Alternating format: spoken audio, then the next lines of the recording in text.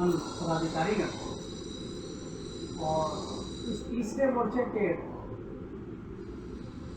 तरफ से विभिन्न लोकसभा क्षेत्रों के उम्मीदवार और घटक दल के नेता। आज का ये बैठक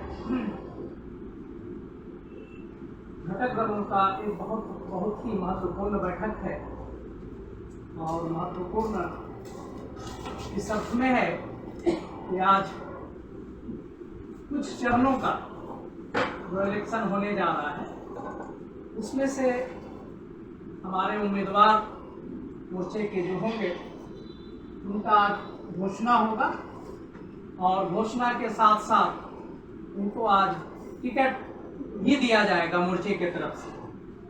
इसके लिए मैं चाहूँगा कि सर से इस विषय पर विनय बाबू से है कि आप इस विषय पर कुछ अपनी बातों को रखें। घटक दल के उम्मीदवार और घटक दल इस लोकतंत्र के पर्व में कैसे मजबूती के साथ खड़ा होगा और कामयाबी की तरफ जाएगा, अपने विचार को। आदरणीय अध्यक्ष महोदय, हमारा तीसरा आज बहुत महंगा हो गया है। उसका कारण है कि भाई पूंजीपति लोग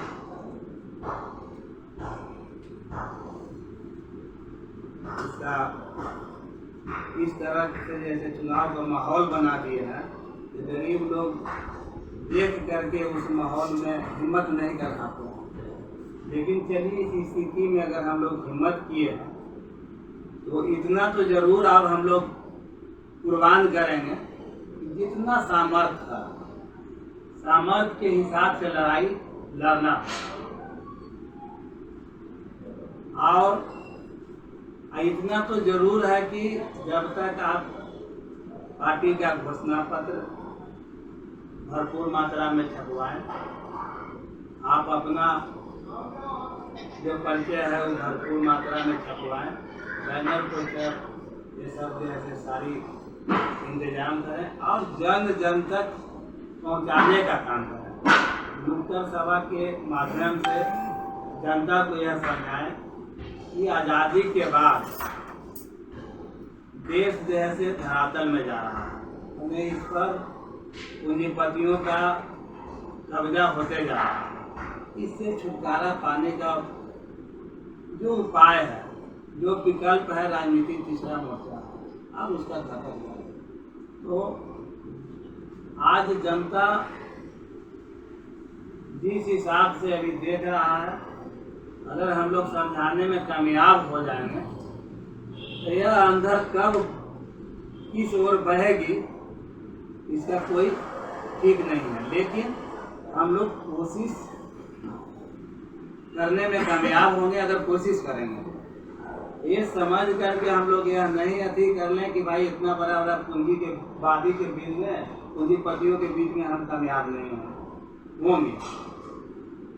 कामयाब जरूर होंगे, बशर्ते कि हम लोग जितना अति है गाड़ी के माध्यम से साधारण अधिक जितना लोकसभा का क्षेत्र है आपका, वहाँ घर घर में पर्ची पहुँचा दें और पहुँचा करके और नुक्कड़ सभा का जो मैंने परमिशन लेना होता है वो सब तैयारी कर लें। और उसके लिए जो राष्ट्रीय अध्यक्ष हैं, अच्छे वक्ता जो हैं, उनको जहाँ से हो आने जाने का सुविधा दे दें ताकि आपके पक्ष में नुक्कड़ सभा के माध्यम से बोलें, बताएं। और अभी का जो परिस्थिति है उसमें कामयाबी आपको होगी, इसमें कोई दुमत नहीं है। क्योंकि एनडीए और इंडिया दोनों इतना भ्रष्टाचार में के चाशनी में जैसे डूबा हुआ है, जो सब अभी उजागर हो गया है।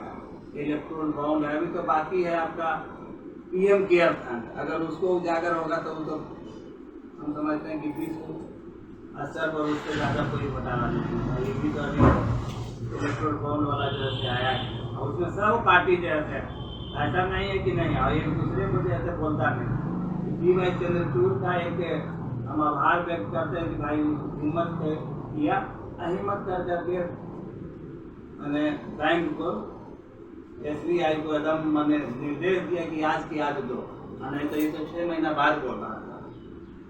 तो ये सारा उजागर हुआ कोरोना काल में जो जिसका लाभ बॉन्ड के माध्यम से, कंपनी के माध्यम से BJP वाला लिया। फिर आपका बांग्लादेश का जो वो है वो भी जैसे ममता बनर्जी भी दी,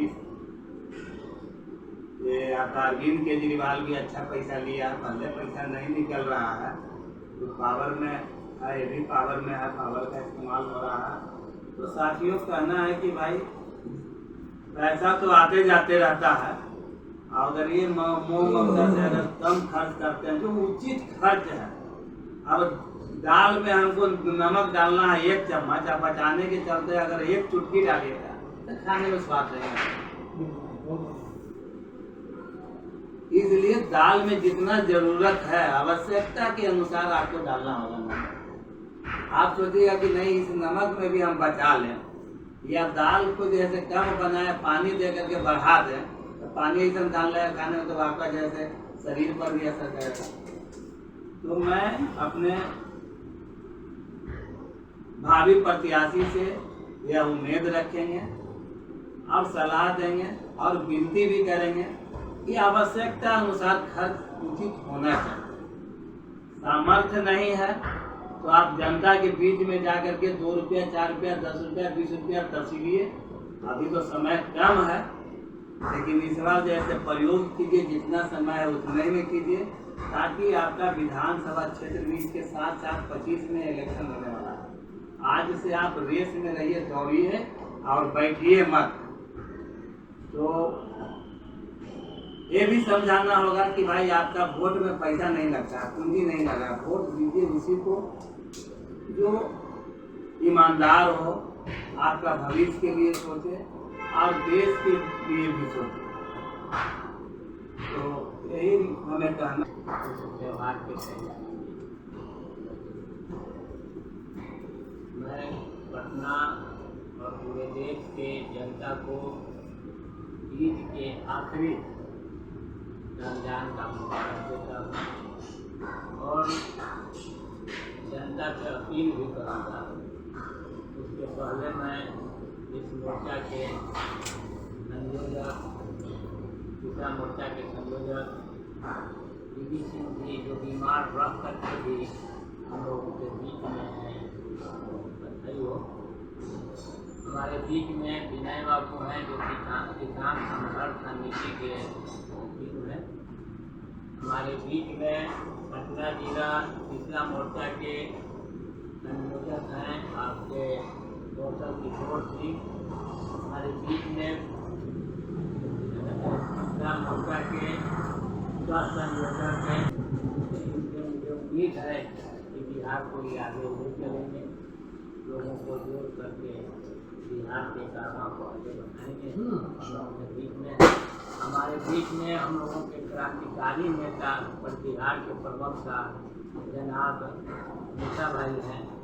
हमारे बीच में हमेशा मेरे साथ रहने वाले साथी आपके बैजनाथ स्वामी भी हैं जो हमारी बहन किरण कुमारी जी जो लगातार संघर्ष में हैं। अब जरूरत पड़ता है तो हमको भी ज़्यादा डांटती और बोलती रहती हैं, हमारे बीच में है। इंदू जी जो पटना जिला के सचिव हैं, लगातार एक्टिव रही हैं आंदोलन में, चाहे ठंडा हो गर्मी हो, जहाँ भी कार्यक्रम हुआ है वहाँ उन्होंने सहयोग किया। उससे कुछ कम आपके कंचन जी हैं जो वार्ड नंबर 22 के अध्यक्ष हैं, तो हमारे बीच में हैं। हमारे बीच में हमारे रोशन भाई हैं जो शोषित समाज दल के मीटिंग में हम लोगों को ज़्यादा बातें होती रहती थी। अभी ये मकसद के तहत काम कर रहे हैं और हम लोगों का जो मकसद है आज ये उजागर रहेंगे बिहार में। और जो साथी नहीं आए हैं उनको भी मैं बधाई देता हूँ। लोग मीडिया से जुड़े हुए हैं किसी कारण से। आज के संचालन कर रहे हैं हमारे असीम साहब, जो पॉलिटिकल सामाजिक क्षेत्रों में काफी अनुभव रखते हैं हम लोग। और खास करके हमारे भारतीय मुस्लिम फ्रंट और तीसरा मोर्चा के सहयोगी उम्मीदवार जो अररिया से चल करके आए हैं, मोहम्मद इस्माइल आज़ाद भी हमारे बीच में बैठे हुए हैं। और हमारे बीच में पार्टी के पुराने साथी कार्यकर्ता प्रभारी जनाब अब्दुल्ला जी सीतामढ़ी से चुनाव लड़ेंगे, वो हमारे बीच में हैं। और मैं हम तमाम लोग किसी उद्देश्य के लिए बैठे हैं, और ये उद्देश्य है कि भारत का लोकतंत्र का चुनाव हो। बहुत सारी बातें हुई कि राजनीति हो रहा है, इसमें गरीबों का कहीं गुंजाइश नहीं। 10% भी नहीं, 5% या 3% धनवान और बलवान है, उन्हीं लोगों के हाथों में देश का सत्ता है। वही चुनाव लड़ेगा, वही जीतेगा, वही संसद बनेगा, उसी का परिवार बनेगा दूसरा, अब कोई नहीं सकता। लोग डर जाते हैं, इसलिए हम लोग इससे पहले से भी बनाए कि इस व्यवस्था के खिलाफ हम लोगों को संघर्ष करना है। दीदी भाई का बराबर बोल रहा है, ये व्यवस्था के खिलाफ हम लोगों को लड़ना चाहिए। जब व्यवस्था के खिलाफ लड़ेंगे तो शायद कुछ परिवर्तन दिखे। ये लोकतंत्र भी जो लड़ाई हम लोगों का होगा, ये व्यवस्था परिवर्तन के लिए होगा। और इसमें जो बातें आ रही है कि जब पैसे की बातें आ जाएगी तो फिर जो आपके देश के जो कार्य करने वाले लोग हैं वो हिम्मत नहीं। अगर किसी तरह से कोई अगर पैसा उठा करके नॉमिनेशन भरता है तो उसकी हम लोग को तारीफ करनी चाहिए। विवादी व्यवस्था जहाँ अरबों खरबों का खेल होगा, वहाँ कोई नॉमिनेशन भरने के लिए तैयार है और पब्लिक के बीच में जाने की उसकी स्थिति क्या होगी, ये असर देखने की मजाक उड़ाता है। लोग यही जनता मजाक उड़ाता है कि ये चला आया साइकिल लेकर, इसके पास 5 गो आदमी नहीं, क्योंकि आपके पास पैसा नहीं है, आदमी नहीं है। तो ऐसे हालत में जो लोग भी हिम्मत कर रहे हैं, ये समझिए कि बड़ा दिल वाले लोगों की बात है, और लोगों के अंदर ये सोच पैदा करने के लिए हम यह काम कर रहे हैं। हम 8 बार लोकसभा का चुनाव लड़े हैं और हमेशा हारे हैं, लेकिन ये मैसेज देना चाहते हैं कि कमज़ोर लोग भी चाहेंगे इस लोकतंत्र में विधानसभा लोकसभा का चुनाव कर सकते हैं। इसकी तैयारी के लिए हम लोग काम कर रहे हैं।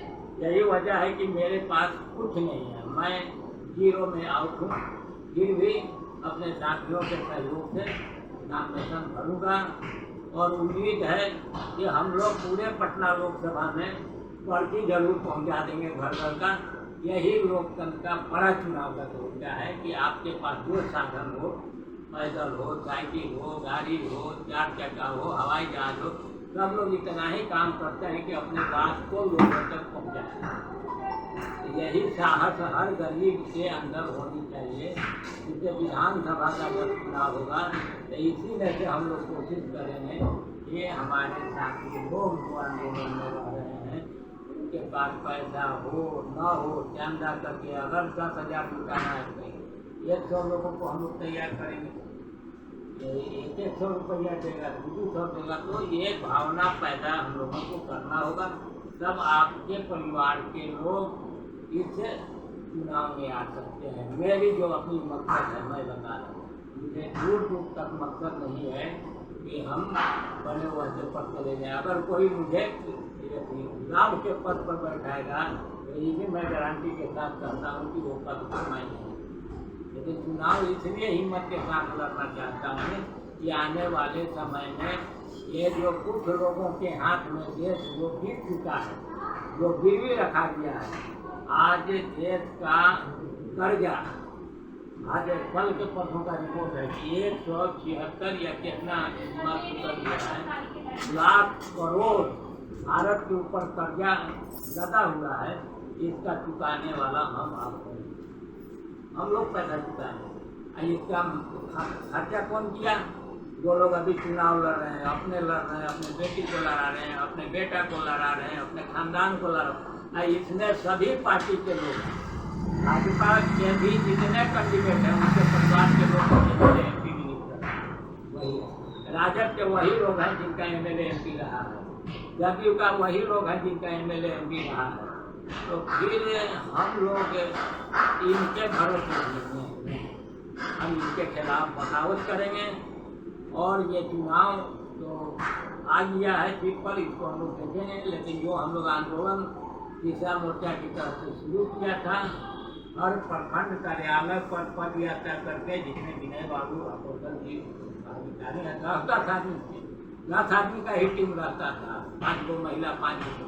लेकिन ब्लॉक वाले को हम लोग मजबूर कर देते थे कि उनके अंदर घुस के भाषण, लेकिन कहता था कि 44 क्लास जो है आपको आना नहीं है। तो ये परिस्थिति हम लोग आंदोलन पैदा करेंगे और इसी आंदोलन से लीडर निकलेगा जो कल आने वाला बिहार के विधानसभा में बिहार का तस्वीर बदलेगा, बिहार के हालात बदलेगा। क्योंकि हम लोग जो समझ हैं कि देश में हम आज़ाद हैं, यहाँ के नागरिक आज़ाद नहीं है। कल भी टेलीविज़न में देख रहे थे 3 और 4 तारीख को 2 औरतें बलात्कार से पीड़ित अपने को आग लगा के जल गई और भारत सरकार इसमें कुछ नहीं कर सका, थाना कुछ नहीं कर सका। ये देश की परिस्थिति और स्थिति है, इतना दुखद और भयावह है। इसलिए मैं इस फील्ड में आया हूँ और पटना के जनता को फैसला करना होगा कि वो किसको देगा न देगा। लेकिन जो यहाँ के संसद लगातार रह रहा है एक ही पार्टी के, जो कभी किसी जनता के बीच में नहीं गया है, वही अगर गारंटी के साथ विश्वास दिलाते कि एक भी एमपी का कोई कार्य क्षेत्र रहा है, तो हम लोग इस बात को मानते हैं। कभी भी न पब्लिक के बीच में किया है, न कभी कोई काम किया है। इसलिए कि धनवान है, धन के बल पर इसका टिकट है और टिकट के बुनियाद पर अभी भाजपाइयों का पूरे देश में वर्चस्व है, इसलिए जीतता है। नहीं तो वो भी आप ही की तरह हमारे जैसा इंसान है। तो हम भी इंसान हैं, तो हम भी इस मानव समाज के कल्याण के लिए आखिरी दम तक ले, देशवासियों के लिए, बिहार वासियों के लिए और पटना जिला के निवासियों के लिए अपनी समर्पित भावना से मैं उनके लिए सेवा करने के लिए जाऊँगा। और हमारे साथी लोग अगर मेहनत करेंगे तो घर घर पर्चा पहुँच जाएगा, नहीं करेंगे तो नहीं पहुँचेगा। लेकिन चुनाव में लोग रहेंगे। इन्हीं बातों के साथ आप सब लोगों को बधाई और जीतने का कामना करते हैं कि हमारे 4 कैंडिडेट जो भारतीय भूमिभरण का है और जो हमारे घटक दल के जो कैंडिडेट नॉमिनेशन भरे हैं, ये लोग भी जीत करके आए और बेईमानों से देश को छुटकारा कराएं। अभी बेईमान लोगों से छुटकारा पाने की जरूरत है, जनता का राह रही है। कल हमारे यहाँ बड़ा अफसोस हो गया, 2 मरीज आए, हम पूछा कि किसको आप लोग वोट दीजिएगा, तो बात है क्यों दीजिएगा, गरीब आदमी है, आगे 5 किलो अनाज मिलता है। बताइए, जिस देश का राजा इंसान को 5 किलो अनाज खिला करके गुलाम बना करके रखना चाहता है और जनता उसका गुलाम बनाते हैं। इससे साबित होता है कि देश के अंदर इतनी गरीबी है, इतनी बेरोजगारी है कि हमारे देश की जनता 5 किलो अनाज के लालच में भारतीय जनता पार्टी जैसे सामंती पार्टी, पूंजीवादी पार्टी, बलात्कारी पार्टी को वोट देने के लिए मजबूर है। इसलिए हम लोगों को संघर्ष करना है और कौन जीतेगा हारेगा इसका कोई मतलब नहीं है। हम लोगों का रास्ता न्याय के लिए, अन्याय के खिलाफ संघर्ष का रास्ता है। इन बातों के साथ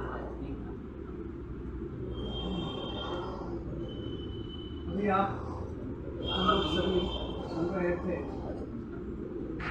डॉक्टर महबूब और अंसारी साहब का भारतीय मनोविज्ञान के राष्ट्रीय अध्यक्ष सर पटना साहिब के उम्मीदवार जो हैं लोकसभा होने वाले हैं। ऐसा लगता है अध्यक्ष महोदय कि क्या कैंडिडेट का भी कुछ परिचय सबके सामने जो अपनी परिचय खुद से दें और थोड़ा हल्का फुल्का अपने क्षेत्र के बारे में जो भी जानकारी दें। मैं चाहूँगा कि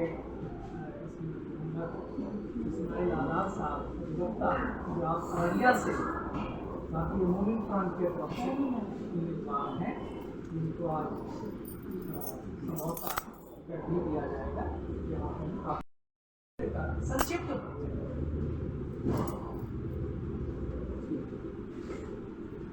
मेरा नाम मोहम्मद इस्माइल आज़ाद है। मैं अररिया जिला न्यायालय में अधिवक्ता हूँ, वकालत करता हूँ। सर रेवेन्यू से जुड़ा हुआ आदमी 2015 में मैं MLA का इलेक्शन लड़ा हूँ, जिसमें चौथा या पाँचवा पोजीशन लगा रहा है 12 कमिश्नर है। तो सर रेवेन्यू से जुड़े रहने का मामला ये है कि मैं वकालत जो करता हूँ, तो वकालत को आखिरी हालत की चीज़ होता है कि लोग बदहाली से जुड़ते हुए अपने इंसाफ पाने के लिए न्यायालय की तरफ आते हैं, जिसके हालात को समझता हूँ और समाज के हालत को समझता हूँ, समाज के लोगों की परिस्थिति क्राइम सेक्शन को देखता हूँ, समझता हूँ, पढ़ता हूँ और सरकार के हालात को जानता हूँ कि सरकार क्या कर रही है, सरकार किस लिए बनाई जाती है। लेकिन आज तक जो अंग्रेजी शासन के बाद जो सरकार बनाई गई है, मेरे ख्याल से आज तक वो चालबाजी ही चलता रहा। जैसे कंपनी चीटिंग करती रही है, उसी तरह से सरकार भी चीटिंग करते हुए पब्लिक को सामंतवादी व्यवस्था से आज तक चीटी नहीं किया, बल्कि सामंतवादी का रूप बदल कर करप्शन करने का काम कर रहा है, जिसका नतीजा ये हमारे प्रशासन में जो पदाधिकारी बहाल की जाती है उसको इतना मजबूर किया जाता है, वो खुल के अपना काम सही रूप से नहीं कर पाता है। चाहे पुलिस पदाधिकारी है या एडमिनिस्ट्रेशन में कलेक्टरशिप का पदाधिकारी है, अंचल में जो साहब के पदाधिकारी या वीडियो साहब जो विकास पदाधिकारी लोग रहते हैं, मेरे ख्याल से अगर कलच में वो रह करके जो है खुद के काम नहीं कर पाते हैं। जो परिस्थिति हमारे कोर्ट के अंदर में आता है तो वहाँ सफी देखने के लिए हमको मिलता है। तो सर जमीन से जुड़ के हम पब्लिक हित के लिए बहुत अच्छा वकालत करने का काम किए हैं। जिला अंतर्गत अररिया जिला अंतर्गत 9 अररिया लोकसभा अंतर्गत हजारों घर से जुड़ा हुआ आदमी, जहाँ राशन की आबादी है, लगभग 28.5 लाख जनता है वहाँ पे अभी वोटर 20 लाख के एवं है, उनके बीच मेरा जाना आना होता है। मेरे साथ कुछ पकड़ने में इतना सा होता है, आजकल सामंतवादी सिस्टम के सामने जो मोर्चा का संकट होना पड़ता है और कैंडिडेट को जो संकट होना पड़ता है, 4-5 मंत्रियों के बीच के लोगों में मुझे टकराव पैदा होता है, काफ़ी गुंडागर्दी और देश के हालात को गुजरना पड़ता है। लेकिन हमेशा कंटेस्ट देता हूँ, वहाँ पे मुझे जो पैसे की जो दिक्कतें होती है, एनी हाउ मैं मेंटेन करते हुए पब्लिक में विजिटिंग में जाता हूँ और अपना लिविंग के रास्ते से गुजरता हूँ। और पब्लिक हमें कहती है कि ठीक है आप आइए, हम लोग फीलिंग कर रहे हैं, उम्मीद करते हैं कि मौसम बदल ही जाएगा, इस तरह से बात करके वो उनको लेके चलते हैं। लेकिन जब पैसे का नागुन गोलीबारी चलता है, यानी पैसे का काफी खेल चलता है, खाली गाड़ियों को लेके के लोग घूमते हैं, ना कोई वहाँ पे आदमी होता है, ड्राइवर साहब होता है, एक आध आदमी होता है, तो उसका माने यही है। खाली गाड़ी जब मैं घूमते हुए देखा, श्री लक्ष्मी ऋषिदेव को हमने मतलब जो है कि 45 विधानसभा से 2020 में भारतीय मूवमेंट फ्रंट के जरिए इलेक्शन लड़ाया था, जिसमें ये हमें अनुभव हुआ कि खाली गाड़ी क्यों विजिटिंग पे चल रही है। हम लक्ष्मी जी के साथ साथ इलेक्शन कमिश्नर इलेक्शन इंचार्ज जो मैं विजिटिंग करा रहा था, मैं उसको कहा कि बैटिंग की काबुल और वाटर कलेक्टिंग और करप्शन मेथड शुरू। तो ये मैंने देखा है कि खाली गाड़ी नहीं बल्कि टाका के बर्तन से लोग घूमते हैं, अंधेरे में जाके खरीदेंगे। और हमारे यहाँ बार बार सरकार की ओर से बात आती है कि 5 किलो अनाज दिया जाता है, तो हम सरकार में ये देखते हैं ना तो सरकार कमा रही है, ना तो सरकार का कोई खेती है, ना कोई भाग चावल है, ना कोई लोहा है उसके पास, ना कोई सोना है, ना कोई बॉक्साइट है, कुछ है ही नहीं। तो 5 किलो देता कहाँ से? सिर्फ पब्लिक को ब्लैकमेल किया जाता है, जबकि यहाँ देश में जो नागरिक खड़ा है उसकी प्रोटेक्शन के तहत, उसकी मेहनत करने के तहत कैपिटल का जो मामला हमारे पास आता है, इकोनॉमिकल सिस्टम जो मेरे पास आता है, उसी का सिस्टम से देश चलता है। या फिर और जगह मेंटेन होता है, हम लोग खाना पीना खाते हैं, लेकिन सरकार के पास कहीं कुछ नहीं रहने के बावजूद भी कहता मैं ये देता हूँ, बिजली देता हूँ, पानी देता हूँ, चीनी देता हूँ, चावल देता हूँ, गेहूँ देता हूँ, कपड़ा देता हूँ, यह मकान दिया, वो मकान दिया, इसी तरह की बातें सुनाया करता है। ऐसे ही प्लेग मेलिंग में रख करके प्रधानमंत्री आवास का जो अभी काम हमारे सामने गुजरा है, उनमें से 10% लोगों को भी प्रधानमंत्री आवास सही जगह पर नहीं पहुंचा। आप प्लेग मेलिंग खोजेंगे तो किताब बहुत सारा लिखना पड़ेगा, तो ये हालत है। बाकी 90% फिर जो है वो प्रधानमंत्री आवास का गया, और इधर बार बार कही जाती है नीतीश सरकार के जमाने में कि हम फ्री बिजली देंगे, ये करेंगे, वो करेंगे, और वो पहचान पत्र के आधार पर बिजली का वो कंज्यूमर बनाया, तो फ्री कहाँ, दुनिया भर के पैसे लिया जाता है। और ये हमारा गैस चूल्हा का जो मामला है, इसमें भी जो ये जो 350, 400, 600, 700 बढ़ता, अभी तो 100, 200, 1500, 11,000 होता रहता है। ये फिर कहाँ से राहत देने का काम किया? तो झूठ की बातें कही जाती है। सरकार अफवाह और झूठ की सरकार चल रही है, इसके खिलाफ में हम संघर्षित से इलेक्शन लड़ने का जो मुद्दा पे हैं, और हमारी पार्टी जो हमको कैंडिडेट बनाने का काम मुझे किया जा रहा है, और इस दिशा मोर्चा के तहत हम जिज्ञासा रखते हैं कि हमारे दिशा मोर्चा के दोस्त लोग जितने हैं, भाई बहन हमारे जितने हैं, वो हमारे ऊपर भी दिमाग लगाएंगे, उनके अलावे हमें साथ देंगे, मेरे मेहमान बनकर जाएंगे, जितना अच्छा हो सकेगा उसके साथ साथ कर लेंगे, और हम संघर्ष करेंगे।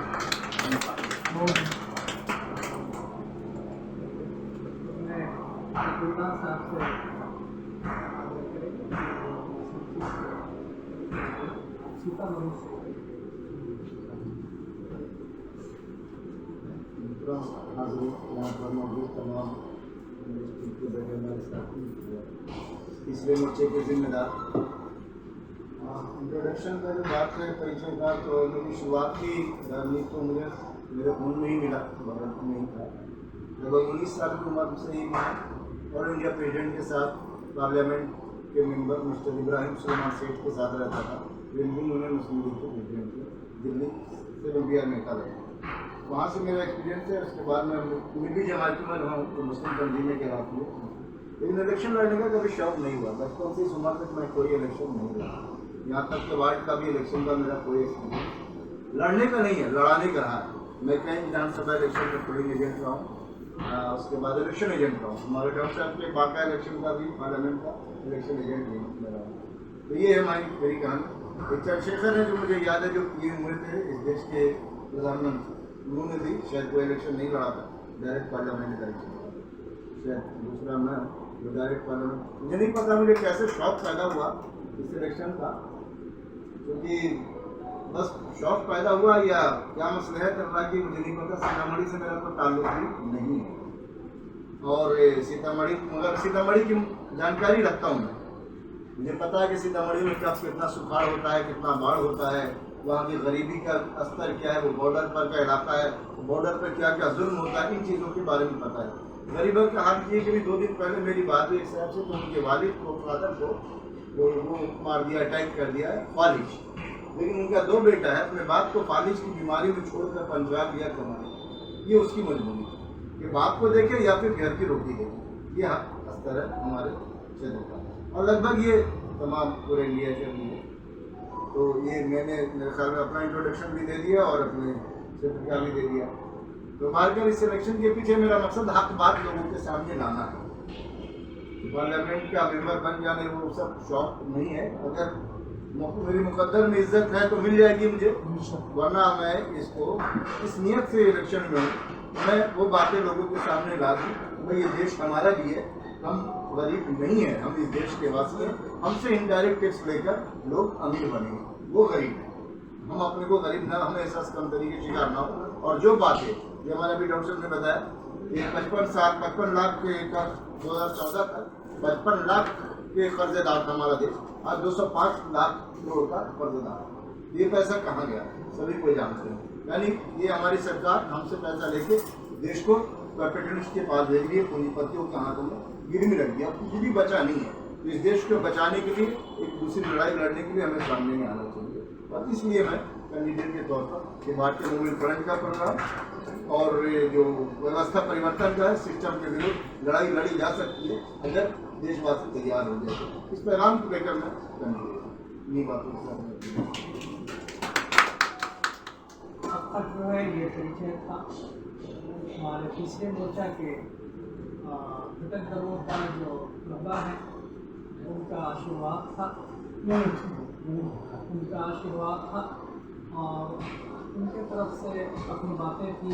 आज का जो होने वाला हमारा देश का इलेक्शन है इसके संबंध में, साथ साथ आज जिन कैंडिडेट्स का तीसरे मोर्चे की तरफ से, जो कि आज 4 कैंडिडेट हैं, एक इसमें से अभी नहीं आ पाए किसी कारणवश से, तो 3 लोगों को आज तीसरे मोर्चे के तरफ से टिकट दिया जाएगा कि आप अपने अपने क्षेत्रों में जाएँ और नॉमिनेशन करें।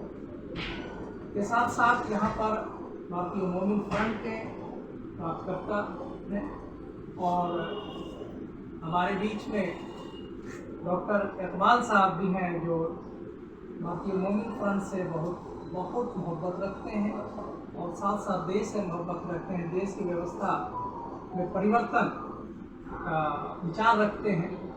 हम लोग के बीच में आए हुए हैं। हम चाहेंगे कि इन सब विषय पे आपका भी कुछ चंद बातें हैं हम लोगों को सुनना। सर, हम जितने लोगों ने कहा हम उसका समर्थन करते हैं, नहीं दिया जाए, हम आपके साथ हैं। जिस वक्त याद करेंगे भारतीय मोमिन फ्रंट वहाँ अब हमारे बीच में हमारे भारतीय मोमिन फ्रंट की बिहार प्रदेश महिला मोर्चा के अध्यक्ष हैं किरण जी। चाहेंगे कि इस अवसर पर आप अपना विचार रखें।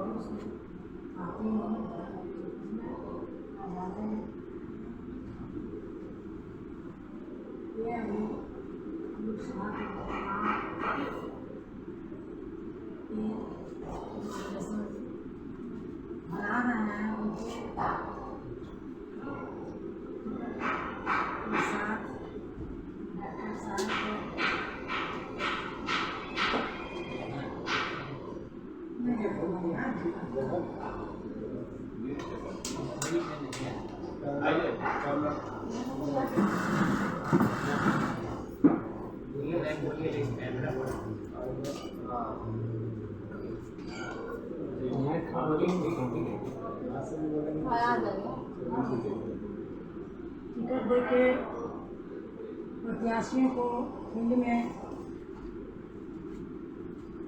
उतार रहे हैं और अपील भी कर रहे हैं। सभी साथी नेतागण लोग जितने इकट्ठे हुए हैं ऑफिस में, उनको हम लोग को मेरा तरफ से नमस्कार है और मेरा उम्मीद है 3 साल के कुछ न कुछ जैसा बाजार में देखने को मिल रहा है, देश में देखने को मिल रहा है, राज्य में देखने को जो मिल रहा है स्थिति, मैं उम्मीद करती हूँ कि मेहनत कामयाबी रंग लाएगी।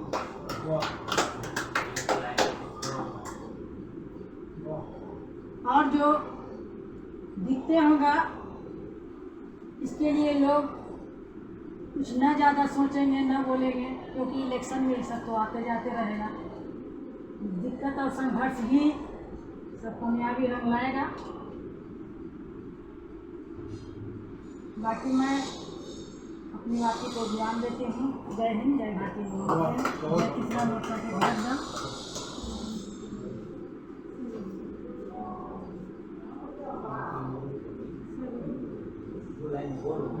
जब सब लोग अपनी अपनी भारतीय मोमिन फ्रंट के यही बता दो कि कैसे हम चुनाव में जाएंगे। भारतीय मोमिन फ्रंट के झंडा मोर्चा की फ्रंट का के सिपाही आप हैं, हिंदू जिनका पार्टी के लिए, समाज के लिए और देश के लिए बहुत ही अहम रोल रहा है, बहुत समर्थन रहा है। उनकी भी चंद बातें हैं। हिंदू ज़्यादा देर मत बोलना। यहीं से हाँ हाँ मीडिया पर आवेगा।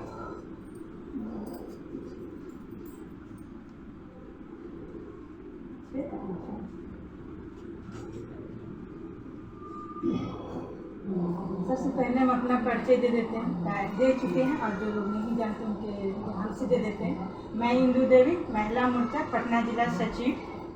और आज 6 तारीख के आज भारतीय वुमेन फ्रंट का ऑफिस में आज हमारे जो भी सारे कैंडिडेट हैं तो आज उपस्थित हैं, और सभी को मेरे तरफ से हार्दिक शुभकामनाएं और हार्दिक अभिनंदन करती हूँ। और आज बहुत खुशी हो रहा है कि आज भारतीय वुमेन फ्रंट के बैनर की तले जो कि एकता, मानवता और एकता है, हमारे भारतीय वुमेन फ्रंट में हमेशा ईमानदार और सच्चाई की लड़ाई हुई है। और मैं आशा रखूंगी कि जो भी कैंडिडेट उतरेंगे वो सच्चाई और ईमानदारी लेके उतरें, क्योंकि सब चीज़ बिक चुका है और भारत देश में कहने के लायक नहीं बचा है। और बच्चे से बच्चे जान चुके हैं कि सच्चाई और ईमानदारी कितना बचा हुआ है। 50% में लगता है कि 25% भी लोग निकल जाए, हमारे देश कामयाब होंगे। जिस तरह से भी सर ने बोले कि इतने लाख कर्ज हो चुका है, तो कर्ज को अदा करने के लिए ईमानदारी और सच्चाई आज में उतरेंगे तब हमारे देश का लोग इज्जत, समाज, रोटी, कपड़ा बच सकती है। और हमारा हमेशा ये सोच रहती है कि हमारे जो भी भाई बंधु लड़ाई करें और जीत के आए तो अपनी एक अच्छी निगाहों और एक नेचर से आए कि जिस तरह से जो हालात पैदा किया जा रहा है हर देश में सुनते हैं, जैसे कि मानिकपुर में सुन रहे हैं, अभी सर बोल रहे हैं 2 महिला के साथ होती है। तो जब माँ पूजनीय होती है, माँ के लिए हम अपनी महिला के लिए सबसे पहले मैं कहूँगी, क्योंकि मैं भी एक माँ हूँ और दर्द होती है मेरे को भी, तो माँ पूजनीय होती है। तब फिर जो इतनी बड़ी बड़ी पूजा होकर और पूरे देश में शोर होती है, इतने बड़े बड़े मंदिर बन के, कहते हैं लोग मंदिर के नाम नहीं लीजिएगा, मैं इसलिए लेती हूँ कि मंदिर के नाम मैं इसलिए लेती हूँ कि जिस मंदिर में जिस माँ ने पूजा करने जाती हूँ उस माँ बहनों के साथ में जो ये घिनौना काम हो रही है उस पर चर्चा सरकार को करनी चाहिए। और मानना पड़ेगा सरकार को कि जब मैं इतने अच्छे सोच और विकास को बढ़ाने चाहते हैं तो फिर उस महिला जो पूजनीय होती है, कहते हैं सरस्वती माँ की जय, लक्ष्मी माँ की जय, भारत माँ की जय, तो फिर माँ कहाँ जय हुई जब माँ के साथ, एक बहन के साथ, एक बेटी के साथ अत्याचार हो रहा है। मैं ये अधिकार के लिए मैं हमेशा लड़ते रहूँगी और ये चीज़ को मांग करूँगी। और अपने सब भाई बंधुओं से नमस्कार और लाइक हम अपने बात को कहकर सम्मानित करते हैं। हमारे बीच में क्योंकि हम लोग देश को बचाने, देश की व्यवस्था को जो गलत राह पे चला है उनको इसको बचाने के लिए एक साथ इकट्ठे हुए हैं। और ये मोर्चा की लड़ाई यही है कि हमारे बीच में जिनका नाम ही शुरू होता है क्रांति से, क्रांतिकारी नेता जो भारतीय वुमेन फ्रंट के आप राष्ट्रीय प्रवक्ता भी हैं, तो कुछ क्रांतिकारी बातें उनसे भी सुना है।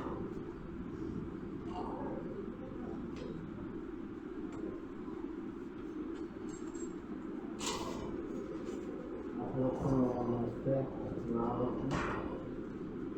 जितने भी हमारे यहाँ पे यहाँ पे आए सबसे पहले मेरा नाम क्रांतिकारी मोहम्मद मूसा है। क्रांति का मतलब है कि आगे भाई मेरी बात को आग लगाने में नहीं बल्कि सोचने पर देखिएगा। हाँ भाई ये बात कहाँ पर सही है और क्या इससे हमें करना चाहिए। ये नहीं कि हाँ इसमें हम आग लगा लें कि हमारा तो लगेगा बहुत बार ऐसा नहीं करता, इस पर ध्यान देना।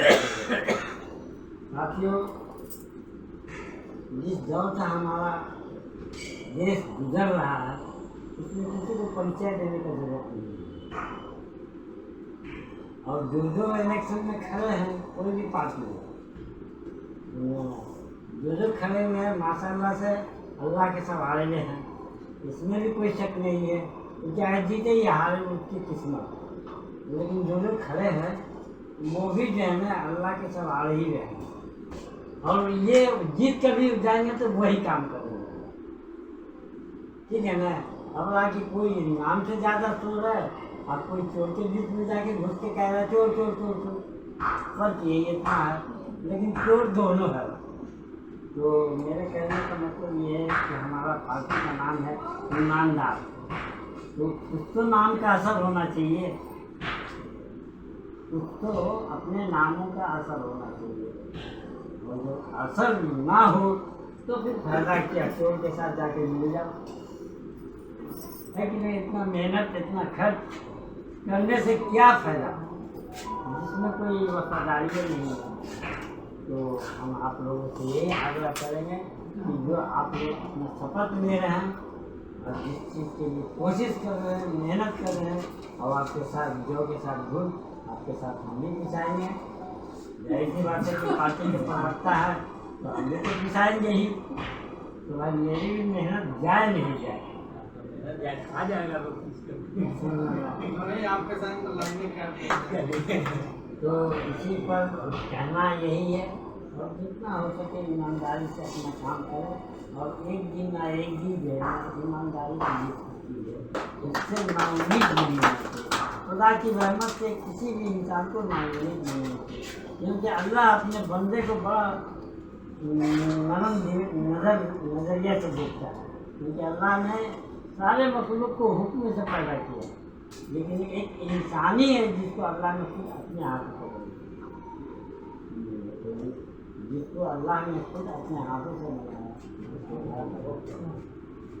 और जो है आप लोग कोशिश कीजिए कि जिसका पैदाइश इतनी बड़ी है उसका काम भी बड़ा होना चाहिए। इसी पर बात हम करते हैं। जय हिंद जय भारत।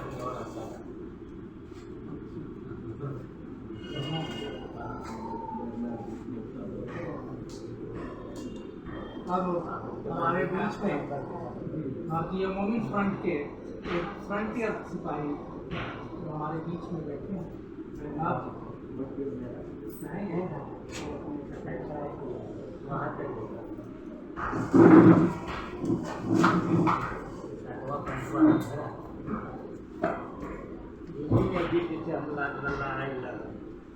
भारतीय मोमिन फ्रंट पार्टी हैं वो बहुत ही ईमानदार और नेक इरादे, इसलिए आज तक कामयाबी नहीं मिली। हमारे हिंदुस्तान में हमारी जनता को आज तक अकल ही नहीं हुआ कौन पार्टी हमारा ईमानदार हमें जिताने की कोशिश करे। ये नहीं हुआ। सदियों से पृथ्वी पर इंसान है, कब से है इतना मालूम नहीं है, लेकिन आज तक अकल नहीं हुआ। इसलिए बड़े बड़े जो नेता बनते हैं भ्रष्टाचारी लोग, उस बेईमानी इरादा को लेके ऐसा भर देते हैं वो राज करते हैं। चाहे बाबर हो या आपका अंग्रेज हो, अगर हमारे हिंदुस्तान के आदमी को अकल ही रहता तो 200 बरस राज क्यों करता रहा अंग्रेज। उसी को प्रधान जो है अंग्रेज को चमचा जो लोग हैं जो उस समय चमचागिरी करते थे, आज उन्हीं का रास्ता पर चल के आज राज कर रहे हैं। ये बहुत बड़ा दुख की बात है हमारे हिंदुस्तान के लोगों के बीच का नज़रिया का, कि कब उनका नज़र बदलेगा, कब उन्हें बुद्धि होगी कि 5 किलो छोड़ के हमारा बेटा को कोई रोजगार दे। हम बेटा को पढ़ाते हैं, खेत बेच के उसको नौकरी दे, हम मेहनत से कमा के 5 किलो खाएंगे, 5 किलो अगला से नहीं लेंगे। ये बुद्धि ही नहीं हमारे हिंदुस्तान के लोगों को आ रहा है कि मोदी जी को कितनी बीघा जमीन है, उन्होंने धान उपजा के हमारे हिंदुस्तान को 130 करोड़ में 80 करोड़ कर्जदारी को वो राशन दे रहे हैं। ये उन्हें सोच नहीं है। हमारी जनता को बस यही सोचती है कि हमें मोदी जी 5 किलो अनाज दे रहे हैं, हमें मोदी जी बहुत अच्छे हैं। कहाँ से दे रहे हैं ये उनकी सोच नहीं पीछे जाती है। यो कहाँ से दे रहे हैं और कितना हजार बीघा उनके पास जमीन है यो बांट रहे हैं। तो ये मूविंग फ्रंट का तीसरा मोर्चा बना, हमें बहुत खुशी है। ईमानदार लोग हमारे बीच हैं। कभी भी जनता को जिस तरह से महात्मा गांधी जी जगाए थे, सुभाष चंद्र बोस जगाए थे, उस तरह मूविंग फ्रंट का तीसरा मोर्चा जगाने की कोशिश कर रही है। जिस दिन पब्लिक को तीसरा मोर्चा मूविंग फ्रंट को समझ में आएगा उस दिन हमारा सत्ता में आएगा, और उस दिन कोई मोदी जी के 5 किलो नहीं, हर एक आदमी 25 किलो कमाएगा डेली, और वो अपने बाल बच्चा को गुजर करेगा, पढ़ाएगा और इंजीनियर डॉक्टर बनाएगा। ये हमारी कर्म है। इसलिए जय हिंद, जय भारत, जय मूविंग फ्रंट, जय तीसरा मोर्चा। जय बैजनाथ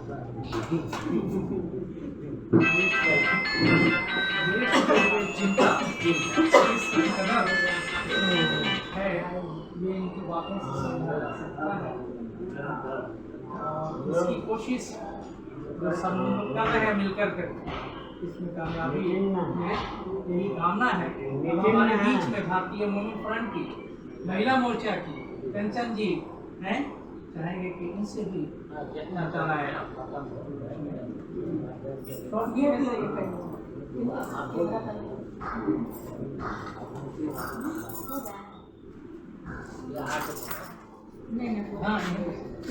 मेरा नाम कंचन देवी है और महिला मोर्चा के भारतीय मूविंग फ्रंट के मतलब अध्यक्ष 22 से हूँ, और ये 8 तारीख 6 है, और यहाँ पर सभी पार्टी को कैंडिडेट यहाँ पर जुटे हुए हैं।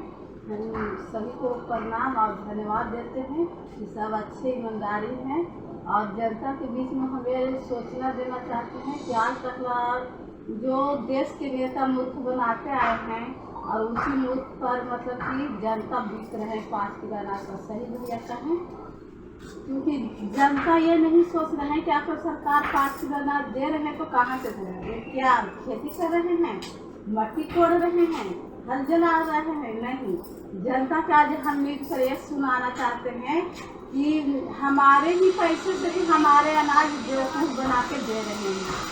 पहले आज से 10 साल पहले मतलब कि गैस सिलेंडर था 300 रुपये के जी, 300 के जी सिलेंडर था, और चावल कैसे था 15 की या 16 की किलो। आज कैसे है?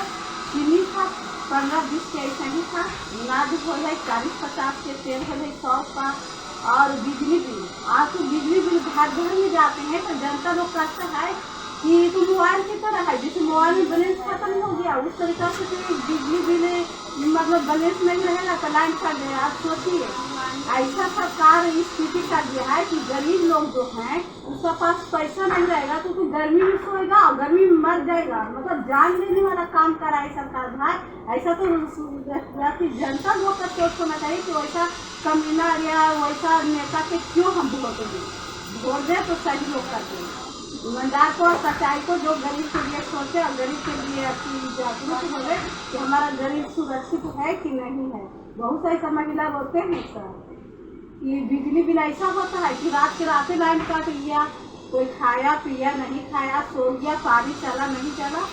तो ये तो जनता के है। हमारे देश में हम चाहते हैं कि आने वाले 2024 में हमारा जो भी कैंडिडेट कोई भी नेता आए तो ईमानदारी आगा महिला को मान सम्मान दे, यही हमारा सोच है। जय हिंद, जय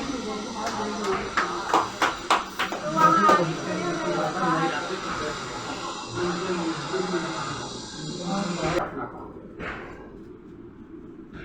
साथियों, हम लोग की मेन लड़ाई व्यवस्था परिवर्तन की लड़ाई है।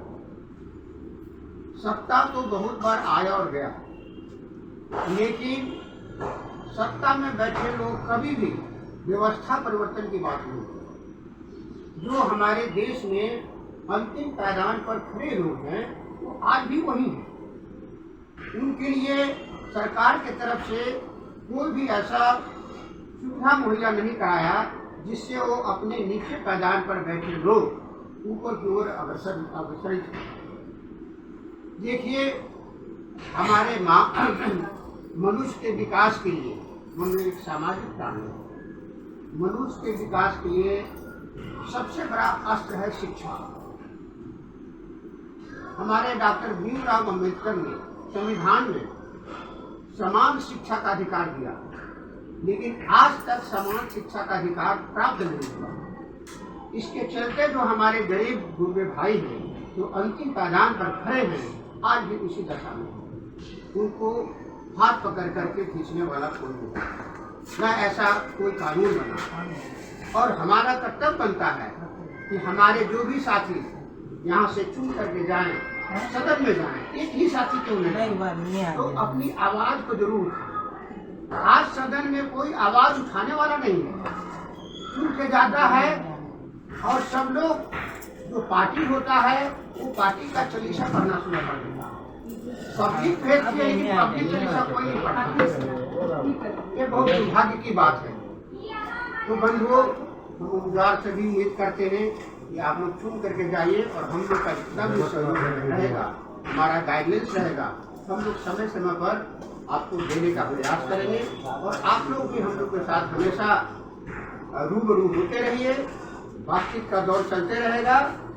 और मैं एक चीज़ और कहना चाहता हूँ साथियों, आप अपने क्षेत्र में जितना भी बूथ है, कम से कम बूथ में कम से कम 5 लोगों को जरूर जोड़िए अपने व्हाट्सएप पर। एक व्हाट्सएप ग्रुप बना लीजिए और सबको उससे जोड़ दीजिए। अगर कोई मैसेज देना हो तो एक व्हाट्सएप ग्रुप पर दे दीजिएगा, तो मैसेज देना किसी को आसान हो जाता है। तो इस तरह की प्रक्रिया, बहुत सारी प्रक्रिया है जो हम लोग पर्सनल लेवल पर भी बात करेंगे। आज इतना लंबा बात नहीं कर सकते हैं, लेकिन इतना जरूर कहेंगे कि मैं समझता हूं कि पैसे की तंगी जरूर है, लेकिन जितना समर्थ है उतना ही में आप इसको अच्छे से अच्छा कैसे अपना प्रदर्शन कर सकते हैं। मैं यही आशा करता हूं, उम्मीद करता हूं कि आप लोग अच्छे से अच्छे प्रदर्शन करें और आप दिल्ली जरूर जाएं, हमारी और जनता की आवाज़ को वहाँ उठाएं, उठा करके जो भी हमारी समस्या है, समस्या का दूर करने का प्रयास करें। इन्हीं चंद शब्दों के साथ मैं अपनी आवाज़ को छोड़ देता हूँ। जय हिंद, जय समाज।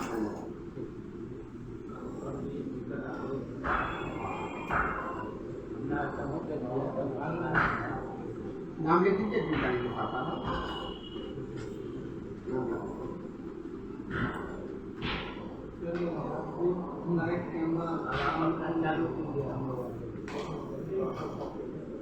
आप ही कर रहे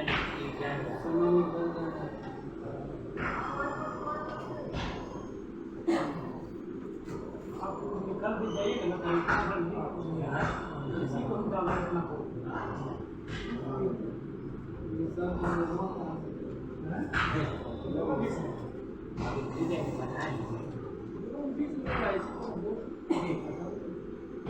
आपकी आवाज डालेंगे, जाना है नंबर डालेंगे तब तक फोटो आ जाएगा।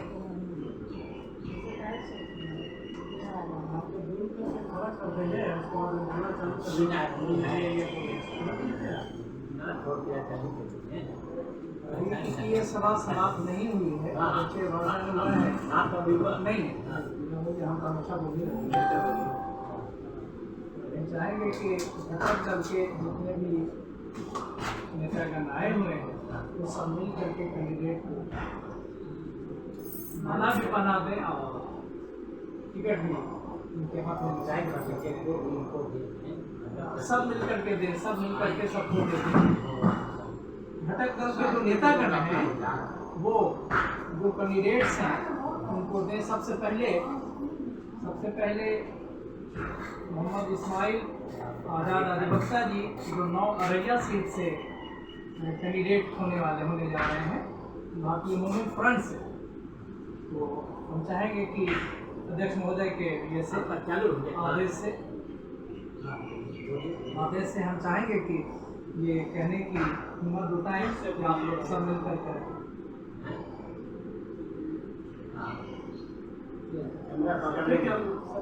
तो वो कोना में जाइए ना सर, वहाँ से होगा।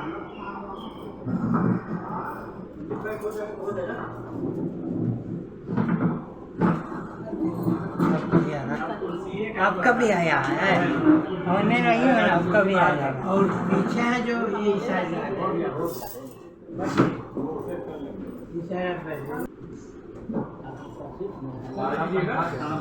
माला पहना तो आज के इस बैठक में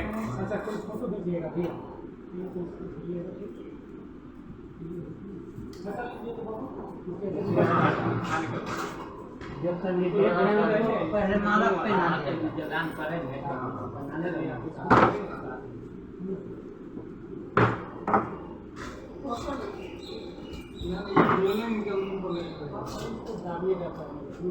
हमको नहीं, सबको कोई शुरुआत करना, सबको अपडेट करेगा, जो करेंगे बेकार होकर चला जाएगा। रिकॉर्डिंग होगी तो अध्यक्ष महोदय के आदेश के बाद मैं रोशन आज आपको देख रहे हैं पटना के भारतीय मूल्यांकन के प्रथम कार्यालय डॉक्टर महबूब आलम अंसारी जी के घर पर आज 24 के लोकसभा चुनाव के जो भी उम्मीदवार एक इसी मोर्चा के तहत बनने जा रही है, जो भी उम्मीदवार बनने जा रहे हैं उनको आज टिकट वितरण होने जा रही है।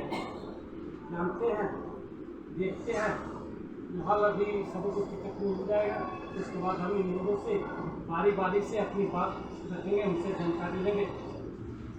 तो आज इस सभा के अध्यक्ष महोदय के आदेश का अनुसार मैं चाहूँगा ये कहने की जरूरत महसूस कर रहा हूँ कि आज के इस सभा में उपस्थित इस तीसरे मोर्चे की तरफ से भारतीय मूवमेंट फ्रंट के भावी उम्मीदवार लोकसभा के इनको टिकट का बंटवारा किया जाएगा आप नेतागणों के द्वारा।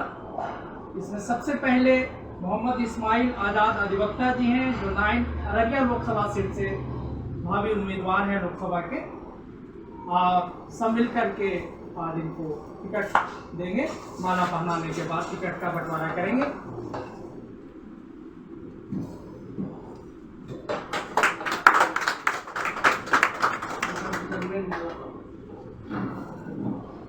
और ये उनको टिकट दिया जा रहा है तीसरे मोर्चे की तरफ से। अब इस के बाद मोहम्मद अब्दुल्ला 5 सीतामढ़ी लोकसभा क्षेत्र से आप भी भारतीय मूवमेंट फ्रंट की तरफ से तीसरे मोर्चे के उम्मीदवार हैं। आपको भी माला पहनाया जाए और माला पहना कर करके टिकट उनको सुपुर्द किया जाए।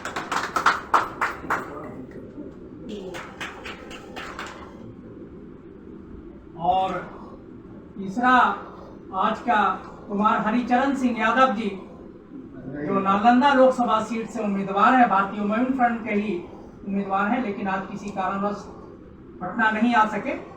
उनके तरफ से भी ये उम्मीदवार हैं जो आप लोग सब की तरफ से घोषणा है ये।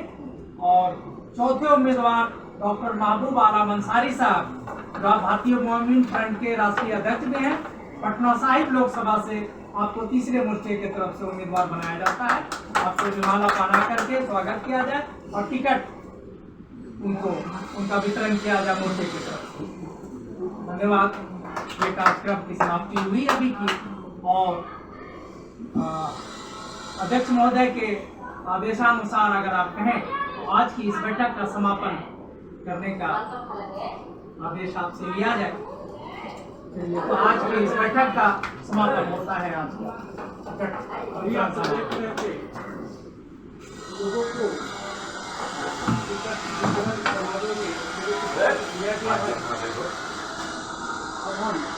स्थिति किया सर दोनों उम्मीदवार कहाँ से आप दिए हैं? तीसरा मोर्चा से हम लोग लोकसभा चुनाव 2024 में 400 सीट पर उम्मीदवारी का घोषणा हम लोग करेंगे। इसके पूर्व में भी कुछ उम्मीदवारी की घोषणा हो चुकी है। आज जो है तो तीसरा मोर्चा के घटक दल भारतीय मूवमेंट फ्रंट की ओर से 4 उम्मीदवार हैं जिसकी घोषणा आज हम लोग कर रहे हैं।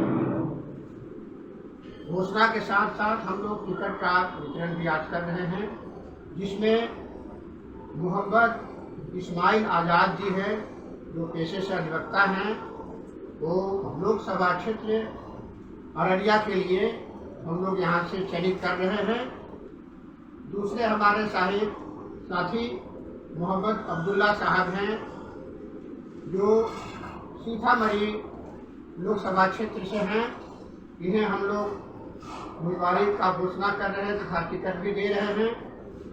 तीसरे नंबर पर हमारे डॉक्टर महबूब आलम अंसारी जी हैं, जो भारतीय मोमिन फ्रंट के राष्ट्रीय अध्यक्ष हैं। उनको पटना साहिब से उम्मीदवारी घोषणा हम लोग कर रहे हैं, साथ साथ टिकट भी इन्हें दिया जा रहा है। एक और साथी हैं जो यहाँ उपस्थित नहीं हैं, कुमार हरिचरण सिंह यादव जी, जो नालंदा लोकसभा क्षेत्र से हैं। उनको भी उम्मीदवारी की घोषणा हम लोग कर रहे हैं और जल्द से जल्द इन्हें भी टिकट का वितरण कर दिया जाएगा। सर, एक बात आप बताइएगा, आपकी राष्ट्रीय पार्टी डॉक्टर महबूब आलम अंसारी जी लोकसभा के 8 बार के चुनाव लड़ चुके हैं, फिर भी इन्हीं पर विश्वास करते हैं, इन्हीं को टिकट के लिए राजी भी किए हैं। इनकी हिम्मत की राज क्या है? देखिए, डॉक्टर महबूब आलम अंसारी जी की मेन खूबी क्या है, ये बहुत सच्चे दिल इंसान है और सीधे साधे हैं। ये अगर जीत करके सदन में जाते हैं, संसद में जाते हैं, तो हम उम्मीद करते हैं कि हमारे गरीब गुरबे की जो भी समस्या होगी, इस समस्याओं को वहाँ जरूर रखेंगे और हम लोगों के लिए अच्छे अच्छे कुछ कानून बनाएंगे, जिससे कि हमारा कल्याण हो सके। आज तक जो हमें समाज शिक्षा का जो मोदी सरकार में 85,000 रुपया खर्च विदेश से लिया गया, सरकार के शासनकाल में कर्जदार तो बना दिए। ये नरेंद्र मोदी जी क्या भारत के इस कर्जदारी से मुक्ति दिलाने में अपनी योग्यता साबित करेंगे? 205 लाख करोड़ है वर्तमान में। अभी वर्तमान में 205 लाख करोड़ देश के ऊपर कर्ज है और ये कर्ज देश के जनता को चुकाना है, क्योंकि मोदी जी शासन में आए और विदेशी कर्जा ले करके देशवासियों को गुलाम बनाए हैं। और मोदी जी के शासन में ये जो कर्जा लिया गया, अगर इससे कोई कल कारखाना खुला होता, कोई विकास का काम हुआ होता, तो हम लोग समझते कि जनता का विकास हुआ है। जनता गरीबी, बेरोजगारी, भ्रष्टाचार को झेल रहा है, नफरत और दहशत का बाजार फैला हुआ है। तो ऐसे शासक से जनता को निकलना चाहिए और एक ईमानदार, अच्छा सच्चा लोगों को चुनना चाहिए। और क्योंकि देश जब कर्जदार हो जाएगा तो फिर विदेशियों का हमारे ऊपर आर्थिक रूप से शोषण और दोहन होगा, जो आज हो रहा है। जो मालदार लोग हैं उन्हीं के हाथ में देश का खजाना चला जाएगा और प्रधानमंत्री भी उनकी गुलाम बनकर जाएगा। इससे निकलने का एक ही कारण है कि देश के जनता को आंदोलित करना पड़ेगा और देश के सत्ता पर बैठे तमाम बेईमान लोगों को हटाना पड़ेगा। खास करके जो दल बदल करके सत्ता में बने रहने के लिए आज जनता को धोखा दे रहा है, उनको वोट नहीं क्या परिणाम होगा। धन्यवाद सर, आप देख रहे थे मकसद, बने रहिए आप अपने मकसद के साथ। धन्यवाद। लगा दीजिए जयकारी जब वीडियो है।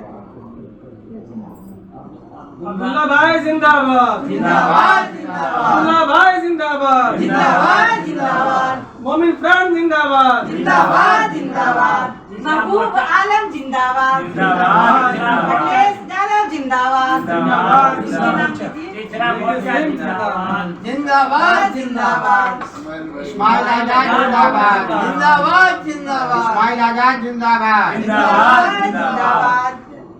नहीं ये माल भाई को फोटो के साथ भेजवाना लो, ये इनका भी बना लो।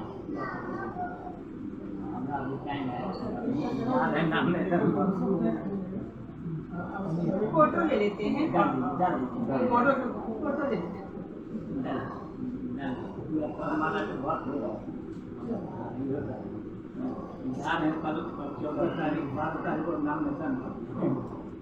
ये तो बहुत सुंदर फोटो आ गया है। जानेंगे जो भारतीय मूवमेंट फ्रंट के एक कैंडिडेट हुए हैं, क्या नाम है सर? आप अपना परिचय दीजिए। मोहम्मद इस्माइल आज़ाद, अररिया जिला में मैं वकालत करता हूँ। अररिया से मुझे कैंडिडेट भारतीय मूवमेंट फ्रंट पार्टी से बनाया गया है। बहुत बहुत धन्यवाद सर, आपको शुभकामनाएं। सर हम जानना चाहते हैं कि आप महिलाएं से घिरे हुए हैं, क्या आप महिलाएं के जो दर्द होता है उससे वाकिफ है? जी मैं बहुत वाकिफ हूँ, क्योंकि बहुत सारा मतलब सभा में शामिल हुआ हूँ। इसी के ताल्लुक में जो पटना तालुक में जो घटना हुआ था, तो पीड़ित हुई थी, जो करप्शन हुआ, उनके साथ रेप हुआ, मर्डर भी हुआ, उसमें भी मैं शामिल था। उनका दुख दर्द को समझा, उनके माँ बाप, परिवार के लोग, गाँव समाज के लोग, बल्कि जो जागरूक पार्टी जो अभी जो ईमानदार पार्टी जो है, तो सब शामिल थे। काफ़ी डिमांड किया गया नीतीश सरकार में, लेकिन उसके समस्याओं का समाधान नहीं किया गया था। जब ये हाल में ये जो खबर मिली यूपी तालुक में जो महिलाओं के साथ मध्य प्रदेश यूपी तालुक में जो महिलाओं के साथ काफ़ी जो घोर घटना रेपिंग का हुआ है, जिसको लेकर अपने सरकार से कोई इसको उम्मीद नहीं थी कोई तरह का राहत पाने का, ऐसी हालत में अपनी जान से तो हम जानेंगे भारतीय मूवमेंट फ्रंट के श्री, आप अपना पहले परिचय दे दीजिए। बिहार प्रदेश अध्यक्ष महिला मोर्चा प्रेम कुमारी हैं, और आज डॉक्टर महबूब आलम अंसारी जी का ऑफिस में भारतीय मूवमेंट फ्रंट का बैठक में टिकट वितरण किया गया है। जो उम्मीदवार प्रत्याशी खड़ी होने में फील्ड में जाके अपनी काज में लगे हैं। अब हम इसके बाद इंदु जी से जानेंगे कि उनकी क्या करना है इस पर। मैं इंदु देवी, महिला मोर्चा पटना जिला सचिव, और मेरे सोच है कि जो भी कैंडिडेट खड़ी हुए हैं, सर का पूरा नाम देने में हमको लिस्ट दे पाते हैं। मोहम्मद इस्माइल सर को मैं यही धन्यवाद देना चाहूँगी कि जब आप खड़ी हुए हैं तो अच्छे सोच के साथ में सभी लोग के आशीर्वाद लेते हुए आप शुभकामनाएं मनाते हुए अपना फील्ड में उतरें और अच्छे काम नेक काम करिए। हम लोग आपकी सपोर्ट में हैं और एक कदम आप चलिएगा तो हम लोग भी आपके साथ में हैं। तो हम जानेंगे एक और महिला बैठी हुई हैं, कंचन जी हैं। वो कर्मठ आदमी है, जानते हैं इनकी दुख दर्द क्या है? मेरा नाम कंचन देवी जिला मुखिया है, वार्ड नंबर 22 के अध्यक्ष हैं, और यहाँ पर यह टिकट शामिल किए हैं। और सर आज मतलब इनको टिकट मिला है, हम इनको आशीर्वाद देते हैं और हम इनको साथ में भी हैं कि जीत के आए, जीत करके आवे तो अच्छे नीक काम करें, हमारा देश के नाम रोशन करें। ऐसे देश में बहुत ऐसा कमी है जो सरकारी कमेटी बहुत नहीं है, तो इनको उम्मीद हम रखेंगे कि ये आगे देश के लिए कमेटी बहुत के लिए बनाना जरूरी है, चीज़ें जरूरी है। जो लाइब्रेरी भी सरकारी होना चाहिए और कमेटी हॉल भी सरकारी होना चाहिए, और बहुत सारे गरीब लोग शांति के लिए व्यवस्थित काम। हम कुछ और बात जानेंगे कि देश में सिलेंडर के दाम के बारे में, और महिलाओं को अपने बच्चों पर ज़्यादा ध्यान रहता है, उनके भविष्य पर ज़्यादा ध्यान रहता है। ये महिलाएं लोग अपने बच्चे के भविष्य के लिए क्या क्या सोचती हैं, किस रूप में यहाँ की सरकार को देखना चाहती हैं, अब किस रूप में सरकार काम कर रही है, देखते हैं। मेरी सोच यही है कि मेरे जो भी कैंडिडेट खड़ी हुए हैं वो जीत कर अगली बार आएंगे तो जो 300 और 400 के सिलेंडर है, उम्मीद रखेंगे कि फिर से 300-400 में सिलेंडर मिले, क्योंकि मेरी सरकार ने कहे थे कि महिला की आँख खराब हो जाएगी, इसलिए हम सिलेंडर सभी लोग को दिए हैं। तो आज की स्थिति जो है कि सारे आँख खराब होकर डॉक्टर से कल ही हम आ रहे हैं, देख रहे हैं कि इतने महिला पुरुष के आँख खराब हो गई है। तो आज हमारे जो सरकार है, हमारे प्रधानमंत्री हैं, आज उनकी आँख से नहीं दिख रहा है क्या कि आज जनता की क्या हालत है। जैसे कि अभी शिक्षा के लेके कह देते हैं, खिचड़ी खिलाकर आज हमारे बच्चे को कुपोषण के भी शिकार बना दिए हैं कि ठीक से उनको भोजन के भी लिए जुटा नहीं, 5 किलो अनाज से अंधा बना दिए हैं कि आंगनबाड़ी खुला के लालच दिया गया है। सरकारी स्कूलों में खिचड़ी खिला के लालच दे के पढ़ाई नहीं हो रहा है। वो बच्चे कभी नहीं टीचर बन पाएंगे, ना वो इंजीनियर बन पाएंगे, ना वो डॉक्टर बन पाएंगे। हम जब भी फील्ड में निकलते हैं तो हमारे से जनता यही जवाब करती है, इंदू जी आप लगातार भारतीय मुहिम फ्रंट का काम कर रहे हैं, तो आपके आने वाले कैंडिडेट क्या करेंगे, चाहे आप कुछ क्या कर सकती हो। मेरी यही सोच रहती है कि हमारी महिला को मान सम्मान इज्जत होनी चाहिए, और जो भी कैंडिडेट आएंगे मेरी यही सोच रहेगी कि ऐसी बनाए रखें। और जहाँ जहाँ जो चीज़ कमी है, जैसे कि अभी कंचन जी बोल रही थी कि आज हमारे जो भारत देश में यानी बिहार में यानी पटना की राजधानी में महिला के लिए जो कि बेटी का शादियाँ होती है, उसके लिए कोई व्यवस्था नहीं है। बड़े बड़े लोगों के लिए तो बड़े बड़े कमेटी हॉल है, अगर हम 1-1.5 लाख में हॉल लेगा महिला हमारे गरीबों लोग, तो उसको 1 लाख की व्यवस्था नहीं, शादी तिलक के लिए नहीं है, तो 1 लाख की हॉल कहाँ से लेगा। इसके लिए व्यवस्था का सिस्टम चेंज होनी चाहिए और बनना चाहिए। महिला के लिए हॉल कमेटी होना चाहिए, फ्री में होना चाहिए, सरकारी होना चाहिए, उसका व्यवस्था। क्योंकि हमने जब 2 कैंडिडेट मेयर के उतारे तो हमारे कैंडिडेट का ही मांग था कि पटना में पूरा सीसी कैमरा लगना चाहिए। इसके लिए मैं धन्यवाद दूंगी सरकार को कि सीसी कैमरा तो लग गई। बाकी दूसरा मांग थी कि हमारे पटना जिला में हर वार्ड में अच्छी कमेटी हॉल होना चाहिए, जहाँ बेटियां की शादी फ्री में हो जाए। क्योंकि कहाँ से महिला लाएगी शादी के लिए, कहाँ से हॉल